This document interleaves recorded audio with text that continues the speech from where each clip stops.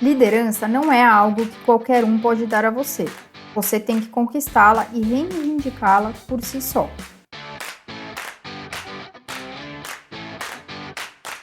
Seja bem-vindo ao Liderança e Gestão Online, o canal que traz para você as principais tendências da literatura para o seu desenvolvimento profissional. Hoje você está prestes a conhecer as principais ideias do livro best-seller Grandes Líderes Não Têm Regras, do autor Kevin Kruse, gastando poucos minutos de sua agenda para isso. Mas antes, inscreva-se aqui no canal e ative as notificações para ficar por dentro de tudo que postamos. Vamos falar sobre o autor. Kevin Kruse é um autor best-seller do New York Times, fundador e presidente do The Kruse Group, e empreendedor em série que cofundou várias empresas multimilionárias. Os artigos de Kruse sobre liderança apareceram na Business Week, Fast Company, Business Insider e em várias outras publicações importantes.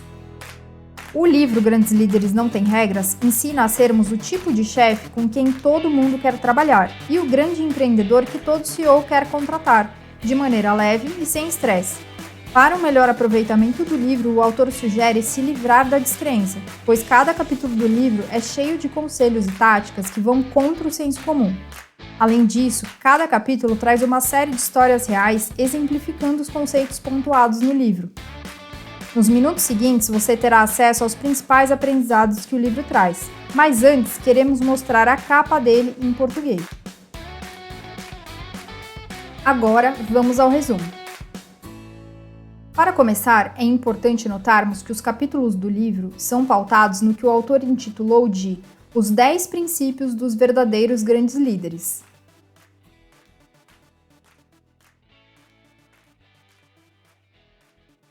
Então, passaremos juntos por todos eles de maneira resumida. Primeiro, feche sua política de portas abertas. Nesse primeiro princípio, o autor conta que uma política de portas abertas é aquela em que os líderes organizacionais deixam suas portas abertas para que os funcionários se sintam bem-vindos, para entrar e se encontrar informalmente, fazer perguntas ou discutir assuntos que estão gerando estresse para ele. Mas, será que os membros de uma determinada equipe realmente querem uma porta aberta? Você já deve ter notado que a comunicação aberta traz uma grande responsabilidade para os profissionais e que, por vezes, eles preferem silenciar ao invés de expor um problema da equipe ou até pessoal. Por outro lado, para os colaboradores que gostam de se expor, por vezes pode faltar um limite para que eles não se tornem dependentes dos líderes de uma empresa. Como colocar limites na política de portas abertas? Muitos métodos podem ser usados para aprimorar essa política a fim de cumprir as metas de transparência, colaboração e confiança, como, por exemplo, horas de escritório programadas. Se sua porta está sempre aberta, você nunca saberá como será o seu dia. Em contraste, manter a porta aberta apenas durante tempos limitados e pré-definidos permite manter o controle e impede que outras pessoas interrompam o seu fluxo de trabalho. Use a ferramenta de reunião individual semanal. E defina uma cadência de comunicação. Por exemplo, estabeleça reuniões semanais para a equipe, mensais para o departamento e encontros trimestrais para toda a empresa. Em segundo lugar, aqui está o princípio de desligar o seu celular. Os smartphones com certeza representam problemas relacionados a foco, atenção e produtividade no ambiente de trabalho, seja no escritório ou no home office. Aqui, o autor nos lembra o que os jogos e os celulares têm em comum. A dopamina. Dopamina é uma substância liberada no cérebro para reforçar atividades prazerosas. Biologicamente, a dopamina é apenas metade da nossa equação de dependência, nosso desejo por prazer. A outra metade vem do cortisol, conhecido como o hormônio do estresse. Quando se trata de celulares, muitos de nós temos medo de ficar de fora. Mesmo que não usemos as mídias sociais por diversão, verificamos incansavelmente nossa caixa de entrada de e-mails, mensagens de texto e redes sociais, porque nos sentiremos ansiosos se não o fizermos. Como líder, suas ações falam mais alto que suas palavras. Seu comportamento influencia o comportamento dos outros. Então aqui tem 2 exercícios práticos sobre isso. O primeiro é, quando você chegar ao escritório de manhã ou em seu espaço de home office, desligue o celular e coloque-o na gaveta de sua mesa. Permita a si mesmo verificá-lo 3 vezes ao dia, mas depois de checar e responder novas mensagens, coloque-o de volta na gaveta. Segundo, estabeleça o exemplo para os membros da equipe, não carregando seu celular onde quer que você vá. E procure não trocar mensagens de texto aleatórias durante reuniões virtuais ou presenciais, principalmente com as pessoas que estão participando dessa mesma reunião. Em terceiro lugar, o princípio não tenha regras diz que, como ninguém cria regras estúpidas de propósito, supomos que, na melhor das intenções, regras são implementadas para manter a qualidade, o alto desempenho e os padrões, e também para mitigar os riscos. No entanto, existem alguns pontos negativos na criação de regras, como, por exemplo, a maioria dos manuais se expande tanto com as regras que até mesmo a equipe de RH da empresa pode não saber mais o que há neles. Na tentativa de proteger-se contra uma pequena minoria, você acaba diminuindo a confiança e aumentando os problemas para a minoria. E regras são uma maneira de os gerentes sêniores microgerenciarem de longe e ninguém gosta de ser microgerenciado, certo? Então, o que fazer? O que você precisa é de uma estrutura que capacite sua equipe a tomar boas decisões. Aqui estão algumas sugestões trazidas pelo autor. Contrate as pessoas certas. Quanto maior a qualidade de sua força de trabalho, menor a probabilidade de você precisar de regras. Como Patty McCord, ex-diretora de talentos da Netflix, diz, você deve contratar, recompensar e tolerar apenas adultos totalmente capacitados. Mantenha pessoas responsáveis por resultados. Em vez de usar regras, procure oportunidades para criar responsabilidade atribuindo propriedade e consequências à tomada de decisões de sua equipe. E forneça diretrizes. Como Ricardo Sandler, ex-CEO e presidente da Cenco, escreveu em um artigo, ele diz: a participação dá às pessoas o controle de seu trabalho. A participação nos lucros dá a elas uma razão para melhorar. As informações lhe dizem o que está funcionando e o que não está. Aqui no quarto princípio, seja amável e não amado, diz que todos os seres humanos têm uma necessidade interna de serem amados e aceitos. A hierarquia de necessidades de Maslow é uma teoria bem aceita dos estágios do crescimento e desenvolvimento humano. Depois que as nossas necessidades fisiológicas de segurança são atendidas, temos a necessidade de pertencimento interpessoal, como a filiação, aceitação e afeto. Independentemente de sua origem, a sociedade valoriza muito a amizade e a simpatia. Ter amigos no trabalho é uma coisa muito boa e motivadora. Ter um melhor amigo no trabalho está fortemente relacionado com o alto engajamento dos funcionários. Então, o que há de errado com o chefe querer ser amigo das pessoas de sua equipe? Se você é chefe, é fácil dizer que você e os seus subordinados diretos são iguais ou colegas, mas isso não é verdade. O gerente normalmente tem grande influência sobre a carreira das pessoas. O ponto principal é que, enquanto amigos puros são iguais, existe um grande diferencial de poder entre os gerentes e seus subordinados diretos. A necessidade de ser amado pode causar problemas específicos quando você não executa suas tarefas como líder de equipe. O autor deixa uma prática muito valiosa aqui, que é a seguinte: faça uma introspecção bem honesta e pergunte-se: eu evito feedbacks diretos ou adio decisões difíceis? Lembre-se de que sua equipe precisa de um líder, não de outro amigo. Dependendo de sua resposta, será preciso equilibrar a dose da necessidade de ser amado. Aqui no quinto princípio, lidere com amor. Opa, como assim liderar com amor? Aqui o autor fala sobre o conceito de amor universal, de amar as pessoas como seres humanos, um conceito que vem da palavra em grego ágape e é a âncora de muitas religiões no mundo até.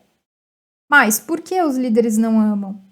A ideia de que é melhor ser temido do que amado tem sido a sabedoria de liderança predominante há muitos anos.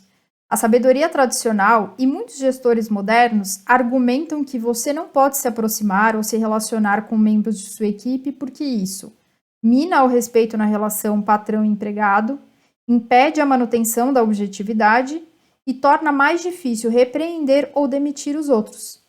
Seja por meio de lições ou por meio de experiências, aprendemos que é mais fácil e menos doloroso se contivermos nossos sentimentos. E o que fazer como líder nesse caso? As pessoas procuram sinais de que você sabe que elas existem, que elas são importantes e que você se importa com elas. Então, confira agora uma lista rápida sobre formas de expressar amor por membros de sua equipe. Quando você trata de palavras motivacionais, Elogios e agradecimentos são poderosos, fáceis de adotar e sem custo. O amor em forma de presentes não precisa ser caro.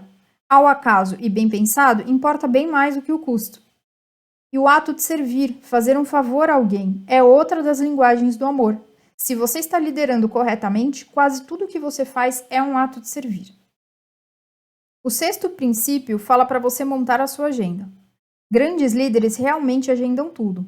Em vez de colocar tarefas em uma lista de afazeres, eles escolhem a data, hora e duração e as programam em sua agenda. Essa é a única maneira garantida de saber que você está investindo seus minutos de acordo com os seus valores e objetivos. Conhecido como reserva de tempo, quando aplicado a tudo, pode melhorar drasticamente seus resultados e a de sua equipe. Algumas melhores práticas citadas nesse princípio são: para começar a criar uma agenda, comece reservando um tempo nela para tudo que é importante e que tende a ser urgência. Crie também compromissos recorrentes consigo mesmo para trabalhar em suas tarefas mais importantes. Separe um tempo para reuniões semanais com sua equipe e também as individuais, e não se esqueça de pegar blocos de tempo apenas para pensar. O sétimo princípio diz: demonstre favoritismo. As pessoas são diferentes, então tratar a todos da mesma forma não significa que estamos tratando-os de forma justa. Na verdade, isso é até muito injusto. O principal ponto é engajar cada pessoa individualmente, e não de acordo com normas de gênero ou normas culturais. É preciso saber como os membros de sua equipe preferem ser reconhecidos. Lógico, é certamente mais fácil tratar todos da mesma forma, mas não é eficaz. Então, aproveite o tempo para descobrir como ativar os gatilhos de engajamento de cada membro da equipe. Segundo o autor, um dos maiores presentes que os líderes podem dar aos outros é o de identificar ou encorajar o desenvolvimento de um talento que um profissional nem sabe que tem. Revele tudo. A tendência é clara. Líderes altamente bem-sucedidos agora estão operando em um modelo de transparência radical. Eles compartilham tudo. Como líderes no século XXI, devemos conhecer os benefícios da transparência radical e alguns deles são: a transparência radical fornece a consciência situacional que os membros de sua equipe precisam para tomar decisões rápidas. Precisamos de dados em tempo real. A transparência radical também impulsiona diretamente o engajamento dos funcionários. E, por fim, ela gera confiança. A gestão com livro aberto é uma prática na qual cada funcionário, do CEO ao zelador, tem acesso a todas as informações financeiras da organização e é treinado para entender isso. Inclusive, a prática de compartilhar informações sobre salários muda totalmente a conversa entre os funcionários. Ao invés de falar "eu mereço mais" ou "sou mais importante que fulano, isso é injusto", a conversa passa a girar em torno do merecimento de cada talento. O nono princípio diz: demonstre fraqueza. Por que nós escondemos nossas fraquezas? Aprendemos cedo lições sobre o que acontece com os fracos. No trabalho, pelo menos tradicionalmente, se cometermos um erro, estamos sujeitos a sermos repreendidos ou até demitidos. Então, por que de repente deveríamos ir contra a evolução humana, a biologia e conceitos sociais modernos para repentinamente compartilhar as nossas fraquezas? Porque o mundo do trabalho mudou e os comportamentos que funcionaram durante a Revolução Industrial tornaram-se inconvenientes. Vulnerabilidade é a chave para prosperar no novo ambiente. Alguns dos benefícios da vulnerabilidade são: construir confiança, porque não operamos mais em uma nova estrutura hierárquica de comando e controle, na qual poder e autoridade são as chaves para fazer as coisas. Hoje, tudo gira em torno do relacionamento e do capital social. Aumentar o engajamento do funcionário. Ela gera confiança, e a confiança é um dos 3 principais impulsionadores do engajamento dos funcionários. E ir em direção à inovação. Os empreendedores, mais naturalmente, entendem essa ideia e costumam pregar a frase "fracasse rápido".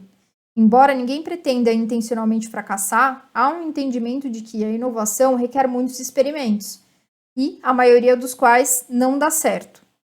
Se você não tem certeza do que isso tem a ver com liderança, lembre-se de que você está se comunicando o tempo todo.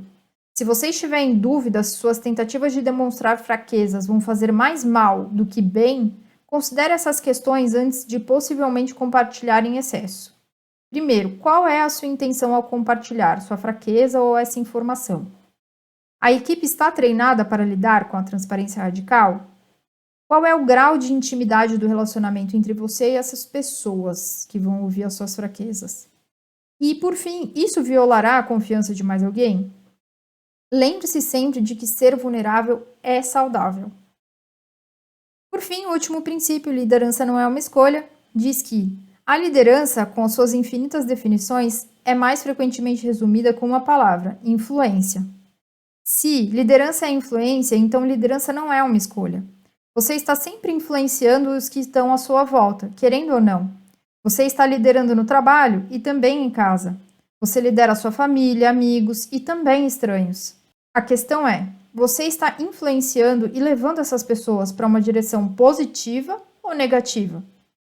Esteja atento ao seu poder como líder e lidere de forma objetivada. Como nós falamos, esse é um livro bem prático e se você tiver a chance de ler, vai encontrar muitos exercícios para aplicar na rotina de liderança. Essa é uma leitura de 3 a 3 horas e meia se você tiver o livro. E se você gostou desse vídeo, dê aí o seu like nele e fique à vontade para compartilhar também. Para ficar por dentro de novos resumos, basta se inscrever em nosso canal e ativar as notificações para assistir. Nos encontramos no próximo vídeo.